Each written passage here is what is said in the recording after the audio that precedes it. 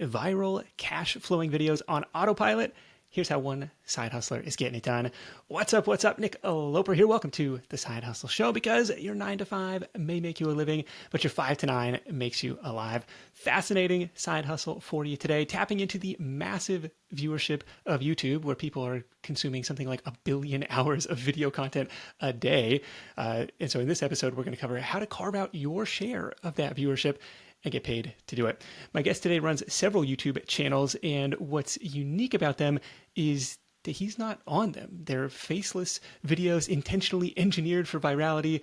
Tony Lysandrides, welcome to the Side Hustle Show. Thank you so much for having me, Nick. You bet. So Tony, you're bringing in up to 14 grand a month in YouTube ad revenue from these videos. And I think with a little practice, with a little patience, there's no reason why anybody listening can't do the same. So stick around in this one to learn about Tony's research process, deciding what videos to make, and then the automated production process that keeps the publishing machine spinning.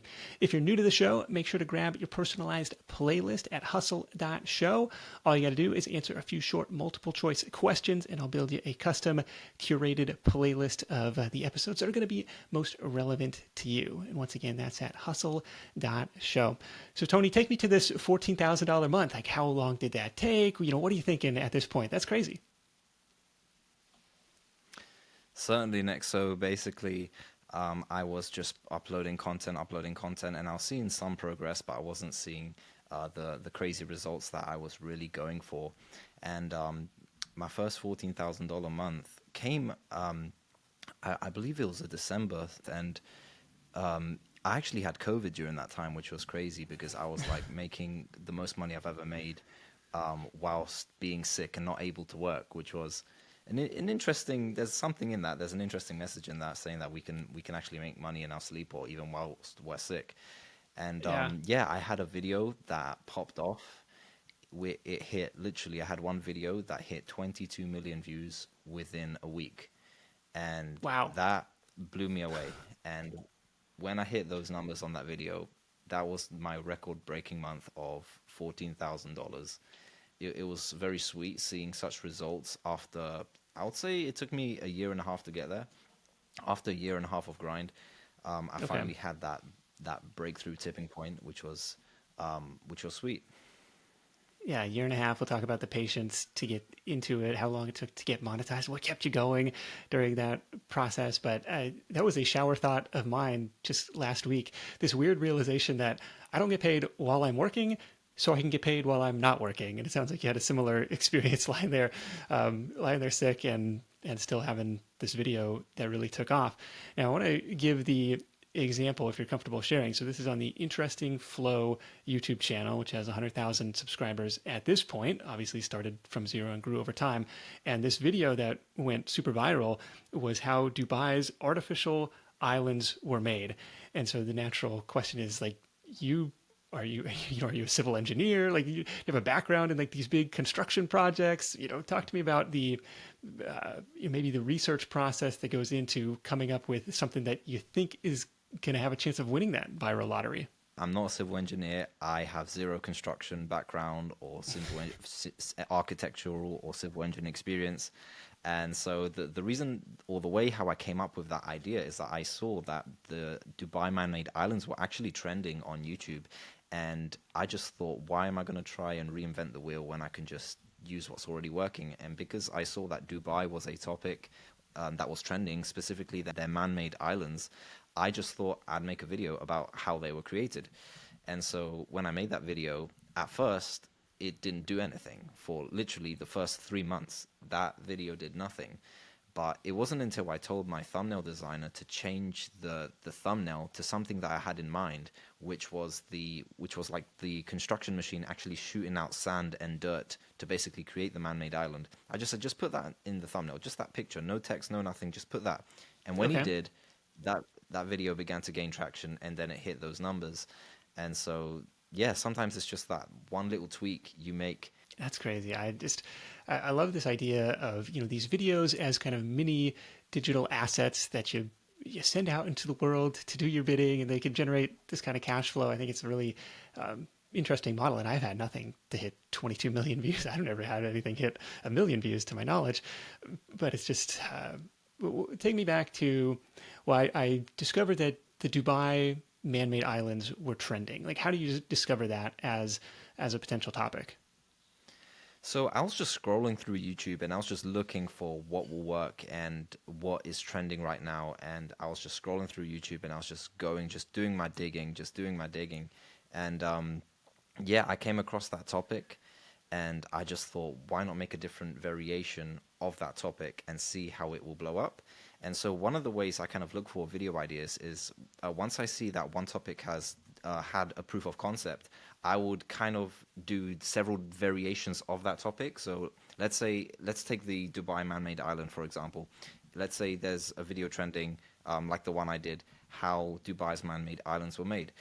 What you can do in order to have in order to just leverage off of that topic is that you can do different variations of that same subject. For example, you can look into what the Dubai man-made islands are, and you can say why they were made, who made them, or why are they empty? Why is it that no one lives in them? Why are they sinking? Because they are actually sinking, and you can Okay. just do these different topics of them and see them explode. Okay, yeah, tackling it from all these different approaches. So then, so you see this as a trending topic, like, hey, somebody else has already posted a video about this. It's doing really well, and so now I've got to, if I can move quickly enough, I can kind of draft off of the popularity of that. I can ride the tailwind of that other video or these other videos. So then, what happens next? What happens next is that you can then do different topics as opposed to just Dubai. So you can see that Dubai is more like a sub niche. It's not really a niche. It's very narrow and specific. So instead of just hitting up that very niche that you've done, you can then branch out to other mega projects because essentially, even though that topic is about Dubai's man-made islands, the niche is mega projects. So you can then start doing videos on different types of mega projects that happened in China, that happened in the United States, and in different countries. So you would want to be in a niche and not just in a sub niche because a sub niche isn't big enough to be lucrative. You can make a bit of money, but in order to really scale and have consistent results, you would want to branch out to the niche. So instead of looking at Dubai's man-made islands, you would want to look at um, other mega projects like skyscrapers and underwater tunnels and different mega projects that are in the world right now. And so that's basically how you branch out and just keep that consistent viewership coming in every single month.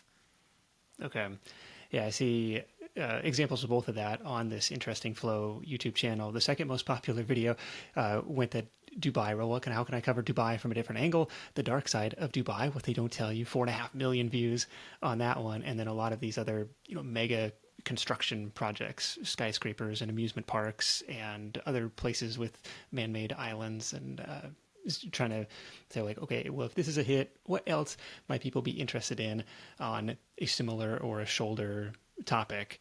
Are there any are there any tools that you use to discover, what keywords to target, or is just this is not a keyword, this is not a search and discovery, this is like purely viral, like I'm going to get shown in the YouTube algorithm kind of play? Yeah, it's that, but there is another way to look for video ideas, and one of them is through keyword research, and I have done that before. And some of the videos that are getting consistent results on my channel is from keyword research.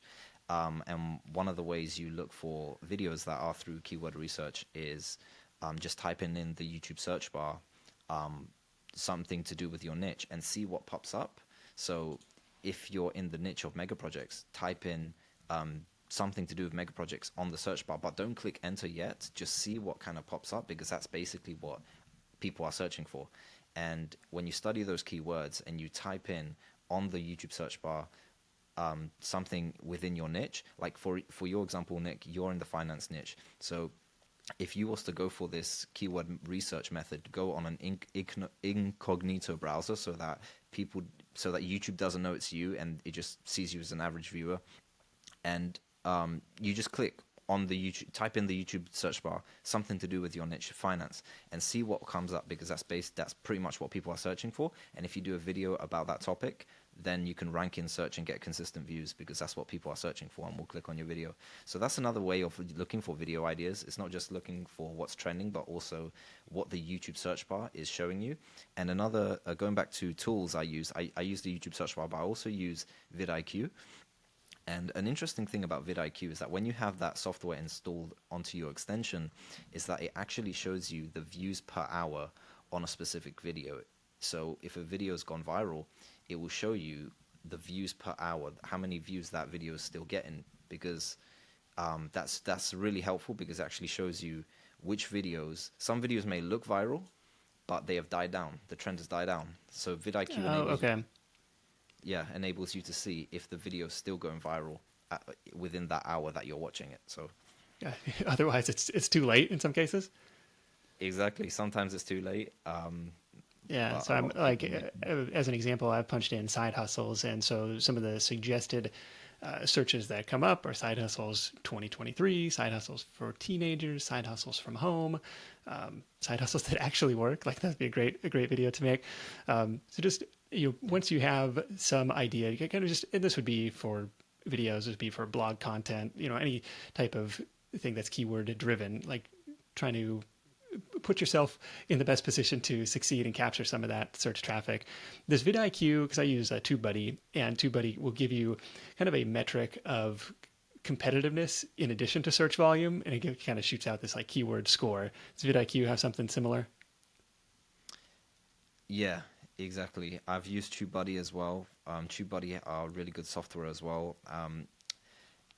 One of the things I really like about TubeBuddy is that it actually gives you the option. If you have the higher premium version of TubeBuddy, it gives you the option of split testing thumbnails. So for the, I don't know if you've ever used it, Nick, but if you post a video and and on TubeBuddy you put two different thumbnails, so sometimes your video will show one type of thumbnail and sometimes it'll show another type of thumbnail, and TubeBuddy basically split tests the two thumbnails and it will basically tell you which one outperform the other, and then you can, Wow. after the 2 week period, you can then choose which one you want to stay with. And I've done that before and it's worked really well. Split testing thumbnails, and I believe Mr. Beast uses that as well, because I've seen sometimes he'll post a video and sometimes they'll have one thumbnail, and then next time that same video will get recommended to me, I'll see another thumbnail, so I can see that you split test in thumbnails, and you can also split test titles, which is interesting. Yeah. So the next question is, so you stumble upon these man-made islands as a trending topic, but you don't know anything about that. So what gives you the confidence to say, you know what, I can make something about this. I can make something as good or better than what's already out there, and say like, I'm going to throw my hat in the ring here. That's a really good question, Nick, and that's why you have to hire a team from overseas who will do all the research, because there's a wealth of information on the internet. So our freelancers can basically go through blogs and websites and articles and even other videos and do their due diligence and put together a script for the video that will be well researched. And yeah, that's basically how we get to our scripts. It's all Okay.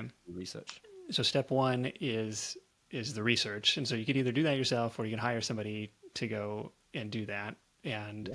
this is, Fiverr, this is Upwork, this is onlinejobs.ph at this stage. Yes. Okay. And are they the person writing the script as well, or do you just you plug that into ChatGPT at this point? Who's coming up with the actual script? I have used ChatGPT, and I have actually told my scriptwriter to test it out. I seek to do 8-minute videos, and this is because if you have 8-minute long videos, you can whack in stream ads and make more money that way. And so sometimes with ChatGPT, produces a video script, but sometimes it's not long enough to be 8 minutes. So that's Okay. why even with ChatGPT, I still get my scriptwriter to add some stuff on, and just to make it a longer video, get the video script, and then I'll have another person who would be a voiceover who would speak the script to bring it to life, and then a video editor who will then use the script and the voiceover to put it into a video, put animations together, videos together, footage together with background music, and then at the end we have the thumbnail designer who will create the thumbnail, a clickable thumbnail that will bring in the views. And it's my job to basically manage the quality of the whole process. Yeah, there's a lot of moving parts here. I'm kind of I got overwhelmed all of a sudden. So there's researcher slash scriptwriter. That's one person. Yes. Okay, then voiceover is another person, and this person is likely not overseas. This is a native English speaker. Yes. Yes. Okay, and then there is an video editor person. I think this is a in-demand skill, video editing service, and then there's a thumbnail person. All told, like, what is a typical production cost for one of these things? Um, it really depends on what quality you're aiming for. So, I mean, for me personally, it's around $40 for the whole thing. Um, that's the lowest I've been able to get it, $40. If you're but that's basically lowest quality, lowest quality. But if you're upping the quality, right now my budget per video is around $200 per video. That's the Okay, budget I've put on the videos because I'm really aiming to just hit that quality mark and get like consistent views. Because you can use like $50 videos and you can get average quality and they can get views for you. But yeah, if you really want to have that consistent viewership and that loyal subscriber base where they're not just subscribers on your screen, but they actually watch your content, then that's when you have to really aim for the quality. And so that's what I've been doing recently. I've been really aiming higher for that higher quality on the videos. So that's for $200 per video is kind of my budget right now. okay, yeah, that's helpful to know because yeah, 40, $50 per video, like to pay all these different people for their piece of the pie. It's like, dang, Yeah. that's really cheap. Um, okay, that's helpful to know. So if you and in your case, did you assemble this team like, okay, you woke up day one, all right, I'm going to be a viral YouTube sensation, and these are all the people I need to have, and they're on demand, like you're not paying, I don't know, or are you paying them kind of a monthly stipend or monthly salary to be on call for you, or is it just kind of like, hey, I'm going to send you this project, I'm going to pay you ad hoc, as the topics come up? I actually started paying them a monthly salary Okay, without, which was which was a bit of a mistake because sometimes I would get lazy in a month, or sometimes I wouldn't really be too focused on the projects, and we will end up doing like 2 to 3 videos in a month, and I would still pay them a fixed wage every month. And okay. so I found out that wasn't the best idea, so I started to pay people per project. That was initially the idea. Now that's what I do. I pay per job. How long was it before your channel got monetized? Around, I believe, 8 months. It took me Okay. around 8 months. Yeah. Yeah, so this is, I want to draw this contrast, and I appreciate you sharing that. So rather than, raising your hand and saying, I'm going to be a freelancer, I'm going to be a consultant, I'm going to solve this problem for this client. It's like, no, I'm going to, kind of almost on faith, put all this time, effort, energy, money into these YouTube videos in exchange for what we talked about to be able to make money while I'm not working at some point later on. Fingers crossed. Hopefully, one of these videos hits the algorithm right and kind of erases all of the costs. Because what do you got to get view wise to break even on a Mhm. video? It really depends because some videos have a higher budget, some videos have a lower budget, um, some videos is around 10,000 views to break even, Okay, and yeah, so some videos it's around 25,000 views to break even, and that really depends on the RPM because, as you know, some videos have higher RPMs, which is paid per 1,000 views. So the average is around $3 per 1,000 views.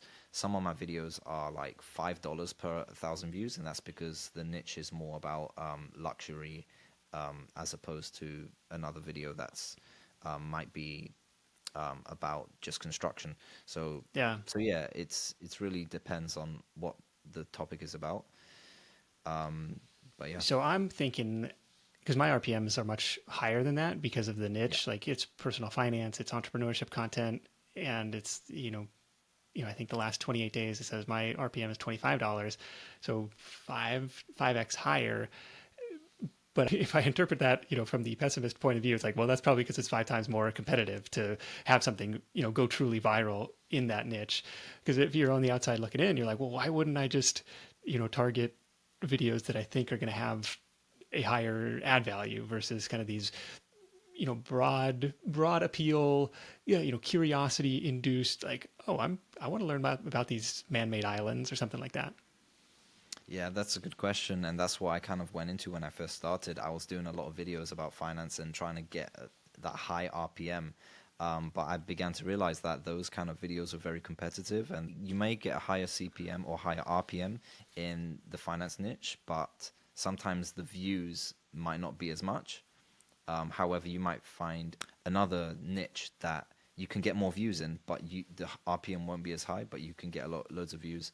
Yeah. So yeah, so the finance niche is very competitive, but if anyone's listening right now and they want to go into the finance niche and they believe that that's their passion and they really want to crush it in that niche, I would say go for it. But do know that it does come with its challenges, and I believe Nick will tell you more about this niche than myself because he's lived and breathed it for But I don't 10 have years. 20. I don't have 22 million views to my name either. So take it with a grain of salt. It's fascinating because one of these. I mean, what's 22 million views worth in that case? I mean, I could do times a $3 RPM or something. I don't know. It's a lot. Yep, if you're in the finance niche, then you're talking crazy money. But there's many channels right now that have a bit of both. Like channels like Iman Godzi, who's the young entrepreneur Iman Godzi, who's in the finance niche, and yet every single video he posts gets literally millions of views. Wow. Someone like him is making crazy money on YouTube. His main sources of income are other things, but I think recently he shared his YouTube income, and I think he made like $100,000 from only around like 4 million views. So with 4 million views, he made like 100K. Yeah, I Yeah. believe. That's Yeah. okay. So, but I think because he's kind of reached kind of like a celebrity status right now, where he's got like 3 million subscribers or something, and every video he posts gets millions of views. Like, it's as if YouTube has created this platform for the young ones and entrepreneurs to be like the next celebrity, and even some move into boxing, like you see with Jake and Logan Paul. Yeah, it's Um, funny. My kids, they have this like really crappy digital camera. It's like you could use an old phone of ours. Like, do you want more than like 1.3 megapixels? You know, but they're like filming videos of themselves looking at their Pokemon cards and pretending to be, news personality. It's like really interesting to watch because they're 7 and 5, and because they watch like the Dude Perfect YouTube channel, and all of their videos have millions and millions of views. They're like trying to trying to emulate what they see, and it's like, hey, I fully support being a content creator in addition to being a consumer of content. It's just really cool to see. So maybe some future future YouTube stars over here as well. So I just looked this up. My best performing video is closing in on 200,000 views and has earned a lifetime $4,700 from one video, which is in context, that's like probably more than what my first two cars cost. Like that's wow, pretty, like, really good. it starts to get real money. And it's like from, one digital asset put out there into the world to kind of do your bidding. But on That's good. the, And yeah, the good thing about that, Nick, it's super that's good, gonna but be it's one of hundreds, so it's like, not, and there's the 80/20 to all of this where, most of what you post isn't going to get there. It may not even break even, but you're kind of banking on that one hit. Is that my understanding of the model? yep. It's usually like that in pretty much any business as well. It's usually like the top 10% of people doing 90% of the work. Yeah. That's a weird kind of mathematical metric that you see across the board, and that's the beauty of YouTube. All you have to do is post a video once, and it will make you money for the rest of your life. And if you have an army of videos going out there and grabbing your money, getting you money every single month, without you having to show your face, make videos, that is essentially what we want. This is what a side hustle is. You work in order to, essentially, you work in order to gain a return on your investment passively. Yeah. What? And that's the dream, right? What kept That's you right. going during those 8 months pre-monetization? Like, did you have anything that was a hit during that time? Because it's like, okay, every week I'm plunking more cash into this business. I'm not getting anything out of it yet, and I could see a lot of people after 8 months being like, I'm pulling the plug. This is just a money pit. Oh yeah, so many times I felt like pulling the plug. I felt like giving up. I felt like I was bleeding money. I felt, man, every time I would pay my freelancer, it would be painful. I would be like, I'm making zero from this Yeah, investment, this YouTube channel, and my videos are hardly getting any views, and I'm just bleeding money. All the money that I'm earning, I'm putting it right back into the business, right back into the business, not even knowing if it's gonna go anywhere. right. And I really felt like giving up during that time, Nick. It was difficult, to be honest. I was even going through other personal issues in my life, and I felt like there was a lot of heavy burdens coming upon my life, and I was really like struggling. And I think one of the reasons that made me keep going is um, the fact that I knew that I've already invested money into this, and I didn't want to let it go because I felt attached to the business. I felt attached to the YouTube channel. I felt that I've already invested money into this. I've already put so much time, energy, and effort and money into this. I can't just let it go, So that's one of the things that kept me going. The fact that I didn't want to lose the money I've already invested. The second reason was I was seeing a bit of results. It wasn't anything crazy, but I was seeing a few videos that were taking off, and they weren't doing crazy views at that time, but they were doing some views, like couple thousand, couple 10,000, 20,000, Okay. something that was giving me a bit of, like, like the shark when he tastes a bit of blood, it makes him, you know, keep going. Yeah, just enough traction. I mean, it was probably similar in the early days of the podcast where financially it didn't justify continuing doing itself, but it was just like, well, it was, I found it fun and entertaining and rewarding in its own way. And then, saw just enough traction on the chart to say like, okay, let's keep doing this. Because now I'm again on the Interesting Flow channel, 95 videos posted. And so if we ballpark, $50 a video, close to $5,000 in investment there.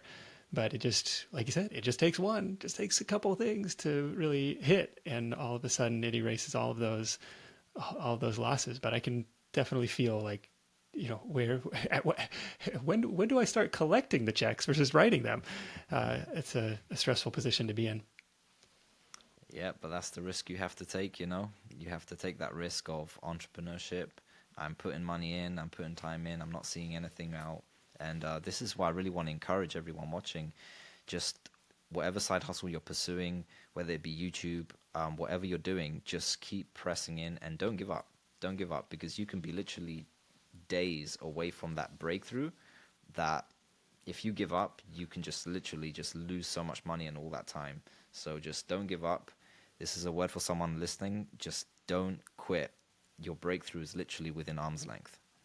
That's kind of planting these money seeds, so to speak. And it may not happen right away. It might be 3 months after you post the video that it takes off. So it's just, you never know. And do you ever lose sleep over playing in somebody else's sandbox where a YouTube algorithm could change, or a moderator or a bot, for all intents and purposes, could say, nope, your channel, we're shutting it down. We don't like it for whatever reason. You violated some, bylaw and, section of the terms and conditions that nobody ever reads.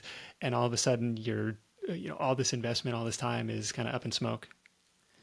Those thoughts have come to my mind a couple of times about YouTube algorithms changing, or the algorithm actually changes a lot, Yeah. but nothing that will be too bad. And so yeah, I mean, I have had thoughts about copyright strikes and all that stuff, but the good thing with YouTube is they first kind of warn you. If you do have a copyright strike or some type of violation, they will tell you. And I think it's around 3 strikes and you're out. I've never had a community strike or a violation like that. I've had Okay. copyright claims, not a copyright strike, but a copyright claim. So if I was using someone else's video, using someone else's music or using someone else's footage, if they have the option to copyright claim on that video where they actually take the revenue. And basically what I do is I just submit a form to say that I have the permission to use that content, and I'll show my certificate, or ask my video editor provide me with his certificate for using that content or that footage. Okay. And yeah, and then it will be removed and I'll get the revenue reimbursed. Yeah, where are they sourcing all these clips from? I mean, it seems like, well, it just comes from other YouTube content. And it's like, well, is that copyright? Is that fair use? Is that, the defense that, well, everybody else is doing it doesn't necessarily stand up. a lot of our content comes from Envato Elements, Shutterstock. So these are kind of softwares which we pay a Oh, monthly sure, sure, subscription. sure, sure. For my video editors, they pay a monthly subscription to have access to these stock footages and so forth. In terms of taking videos from other people's channels, what we do is we give credit to the channels that we use their content for. We put it at the bottom left corner, just give them credit, just write the name of their channel at the bottom left corner, just to give them credit. And we've actually had channels come back to us and write in the comments saying, thank you for giving me credit as you was using my content, you know? So we've never really had any issues like that. Okay, so my understanding of the process is this viral video analysis or niche analysis, and then it's almost this like speed of execution. Well, you're talking about views per hour. Is it still hot? Is it still going viral? And so, what's like a typical production time to have somebody research and script and voice and edit and thumbnail? Like it's like I'm not going to get something live within an hour to capture this. It might take a couple weeks. For me, I would say at least 4 days production time on average is around 4 days if I really Yeah. push them, because sometimes I really push the guys. And one thing that I've learned just recently in order to speed up a production process is that you give the video idea to the scriptwriter, and once you give the video idea to the scriptwriter, you tell your graphic designer straight away the video idea, and you tell him what kind of thumbnail you want. So that's two. So that's the thumbnail guy done, and that's the script writer done. So once the script writer is done with his part, putting the script together, I will send that straight away to the voiceover, and I would send the script to the video editor. Why? Because the video editor has to first gather the footage together first, and Yeah. then once the voiceover comes, that's when he would put it together with the voiceover. But the way video editors work is that they have a process of gathering the footage, and then they put together the footage. So what I do now is I straight away give the script straight away to the video editor, and I tell him, this is the video, start gathering the footage straight away. And he starts gathering the footage, and so once the voiceover is done, then he already has all the footage, and it'll speed up his process. And yeah, I really push them. Like when something is trending, I really tell the guys hurry up, and I get onto them. I message them every day, and that works. Okay. Yeah. Let's prioritize this one over all the other ones. Anything that you're doing marketing wise after hitting publish to give the videos any sort of boost? Yes, so the first 24 hours of your video is the most crucial part of the video. So what I do is, once we post a video, we watch the video like fully. Like I watch 100% of the video, sometimes on 2x speed because I've already seen it. So I just watch it on 2x speed. Because you would want to have you would want to get that watch time. So you give yourself watch time by watching the entire video at 2x speed. I click like, I comment, I pin a comment, I log into my other channels and I comment on the same video, watch it to the end, click like, and sometimes I even send it to my video editors and my production team. I just say, guys, our video is live. Please watch it till the end so it gets good watch time. Click like, comment, and yeah. So the first 24 hours of a video is the most important, and so that's when we really kind of go in. Do you think it makes a difference? Like, okay, well, I got 4 views now, but those 4 views were super engaged. I believe it still makes a difference now, because if you just leave a video with 0 likes and 0 comments and 0 engagement, Yeah, you're basically telling the YouTube algorithm that no one wants to watch it, no one wants to click on it, no one likes it. it's fair. And so yeah, so it does help. Now it's not going to make the massive difference of going from hitting 1 million views as opposed to 10,000. It's not going to Yeah. make a massive difference like that, but at least gives it some type of boost for the start. Do you need anything with the video tags? Do those matter at all? YouTube themselves have a year ago announced that tags don't really make a difference. They used to, apparently, but Okay. what's really going to rank on SEO when people type in the project, the topic, is the title and what's in the description, because that essentially tells the YouTube algorithm what your video is about. So you would want to make sure that your title and your description speaks about the video, so that when somebody searches in regards to your topic, that you'll rank in the search. And so going back to what we mentioned earlier, Nick, about the keyword research, when you type on YouTube search bar about a topic, in your case, it's side hustles for teenagers, you would want to put those keywords that you saw appear on the search bar, you would want to put those keywords in your title and in your description and even in your tags.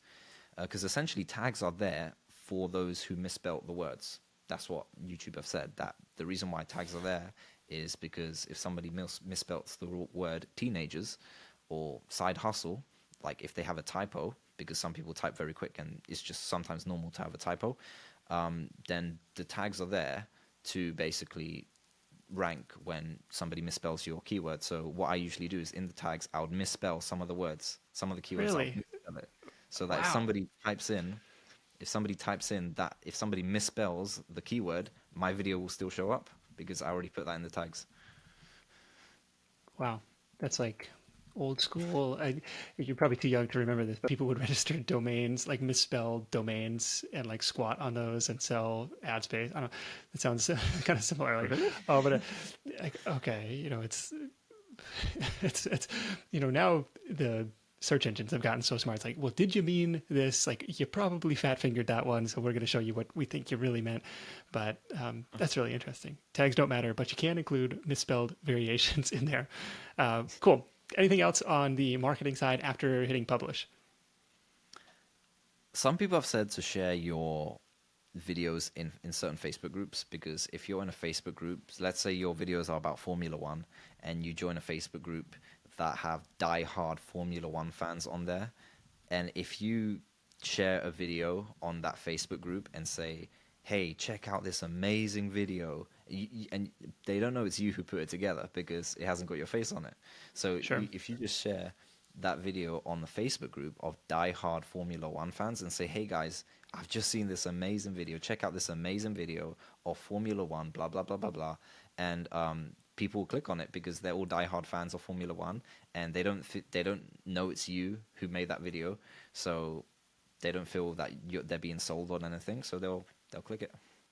Okay. Yeah. To kind of give it that initial boost and hopefully positive, warm fuzzy feelings to the algorithm. Like, hey, people are engaged with this. They like this. Like, start showing it on the back of as a suggested video on the back of more popular content. Yeah, exactly. And what YouTube really do like is when you drive traffic from external sites to YouTube. So if you're bringing people out of Facebook into YouTube, they like that. If you're bringing people if your videos on certain websites or blogs or articles and you're driving traffic from external sites to the YouTube platform, YouTube really like that, and that's when they promote your stuff more. You've played around at all with any of the AI video production tools, the AI voiceover tools? I've got a lot of FOMO when it comes to some of the cool stuff that's out there these days. Yeah, so the whole word of AI is a buzzword right now, and we have kind of used ChatGPT, but there are those other platforms that use AI voiceovers and artificial Yeah. video edits. Now with the AI voiceovers, now back in the day they were monetizable, the AI voices. Now YouTube have actually demonetized complete AI voices, but what they've actually enabled to monetize, they call them avatar voices, where instead of an AI voice sounding like a robot, it sounds like a real person. And so there's a lot of videos out there that are automated, that are faceless, that it sounds like a real person, but it actually is an AI voice. Yeah. And they Speechify was one of the sites I came That's across it. lately. Yeah, you just Yeah, type in your script, and I mean, some of them are better than others, but you know, if you didn't know it was a robot, you probably wouldn't say that it was. you wouldn't.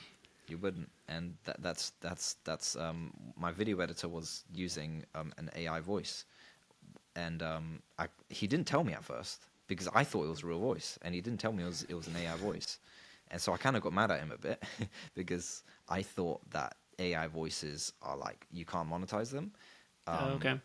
but because that AI voice sounds real, YouTube kind of allowed it for some reason, and it's true because I've been able to monetize the voices with the avatar voices, Yeah. and one of the things that kind of gave it away is I think one of the videos I think this was a video for my client because I I I asked my editor to do some videos for my client, and there was a part of the video where the voiceover was talking about Nicki Minaj, and the voiceover pronounced Nicki Minaj Nicki Minaj, Hmm. and then I was like, It's a hmm, telltale giveaway. yeah, I think that gave it away. So then that's when I confronted him, and then that's when the truth kind of came out, and yeah, so you can kind of tell if it comes to pronouncing names, that's when you can kind of tell if it's an AI voice or not. But apart from that, it was I couldn't even tell. What's a day in the life look like for you these days? You got the day job. You're doing this nights and weekends. I mean, it's pretty late UK time as we're recording this.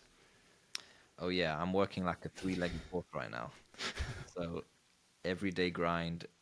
When I get home from work, I go on that laptop and I look for video ideas. I look even throughout my day when I'm at work. I check my phone. I have the YouTube app Studio on my phone, and I look at the analytics. And I've actually got my manager at work to get into YouTube as well, and he's starting to do YouTube automation, and I'm beginning to teach him a bit. And That's uh, funny. Your boss is like, "Hey, what are you doing on the side here? Let me get in on that." yeah, literally. And so yeah, it's everyday grind. I'm just even though I can kind of kick back and relax and still have the money rolling in, I don't want to do that because my goal is to really take my channels to like making like 30, 40 grand a month consistently. Like that's where I'm really want to go to. Eventually 100K a month from having multiple YouTube channels, because the way I kind of see it is that YouTube is like digital real estate. When you have one YouTube channel that's making you money, you can then take the profits that you've made from that YouTube channel and you can reinvest the profits into another YouTube channel. And then once that start making money, you can open another YouTube channel and then another one, then another one. And before you know it, you have like 10 YouTube channels that are bringing in monthly income, just like a property, just like a rental house would.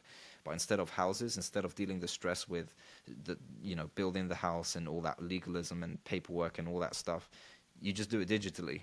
And it's much lower maintenance, and you can sell your YouTube channel as well. I mean, Mr. Beast was recently offered $1 billion for all of his YouTube channels, and he rejected it. Yeah, no Um, way. yeah, it was interesting because Yeah, like come back with a real offer, man. yeah, I think yeah. So what's the where is so it sounds like today taking the ad income but plowing it back into more more digital real estate in this case, plowing it back into more videos.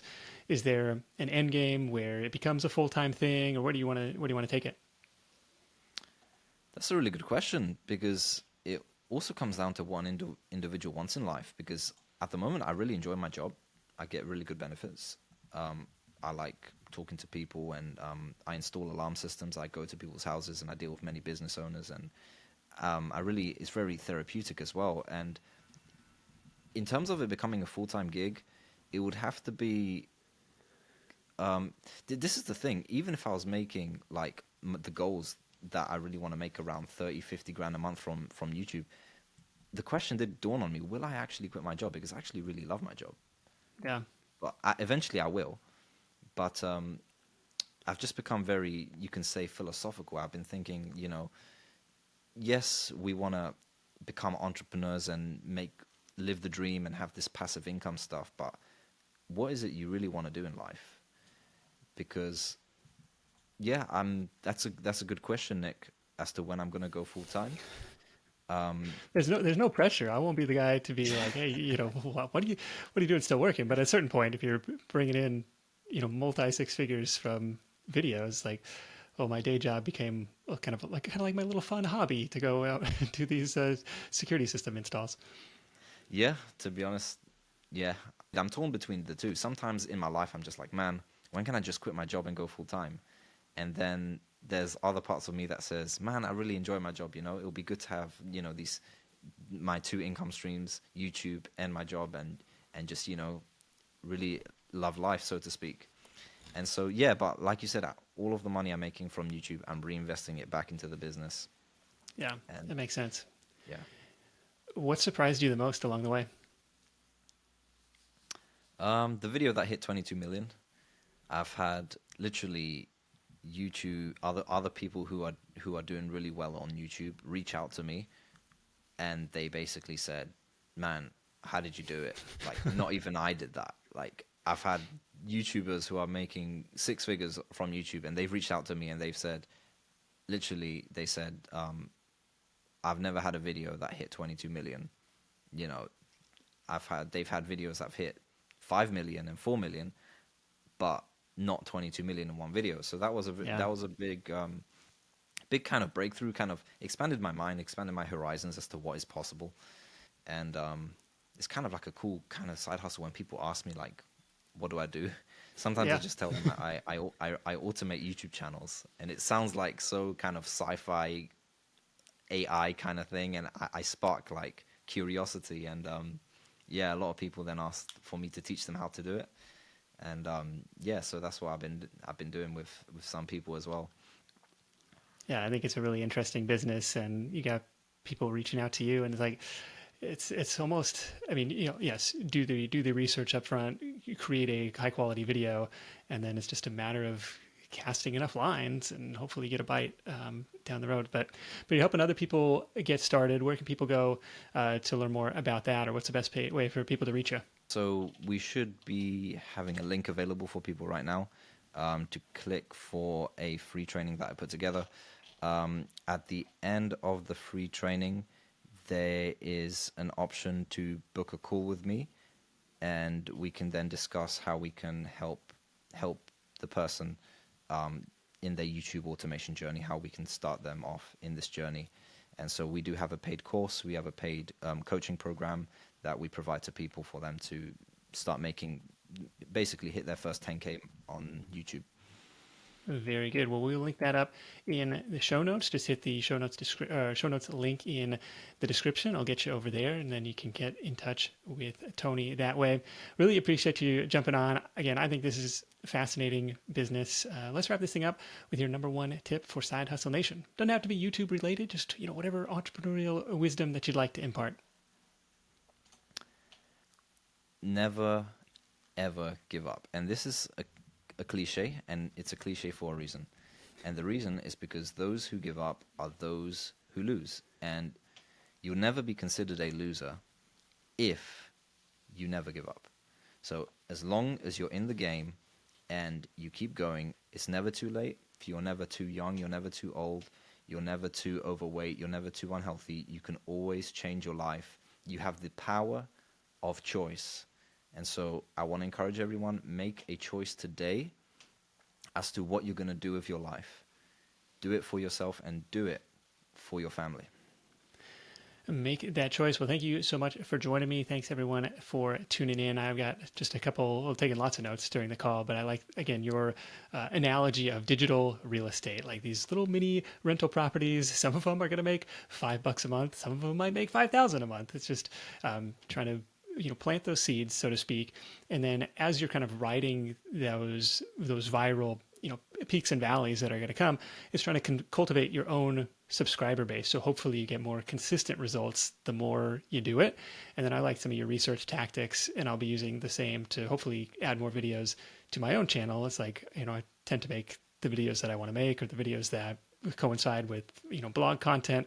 It's like, oh, might as well do a little more research to see, well, what's going viral, and try and ride those tailwinds a little bit. So even if you're like mine and have your face on the YouTube channel, I think you can use some of Tony's tactics as well. If you're new to the Side Hustle Show, make sure to grab your personalized playlist at hustle.show. We've got over 550 episodes to choose from. I would love to have you binge on them all, but I also understand that might not be realistic. That might not be the most efficient way to get you where you want to go. So instead, all you got to do is go to hustle.show. You answer a few short multiple choice questions, and I'll build you a custom curated playlist of the episodes that are going to be most relevant to you, that you can add to your device. You can learn what works, and you go make some more money. Again, that's at hustle.show. Big thanks to Tony for sharing his insight. Thanks to eBay for Business. Thanks to Hulu, and thanks to Printify for sponsoring this week. As always, you can hit up sidehustlenation.com/deals for all the latest offers from our sponsors in one place. Thanks for supporting the advertisers that support the show. It really does make a difference. That is it for me. Thank you so much for tuning in. If you're finding value in the show, make sure to text it to a friend. Hey, did you know you can make money doing this? Until next time, let's go out there and make something happen, and I'll catch you in the next edition of The Side Hustle Show. Hustle on.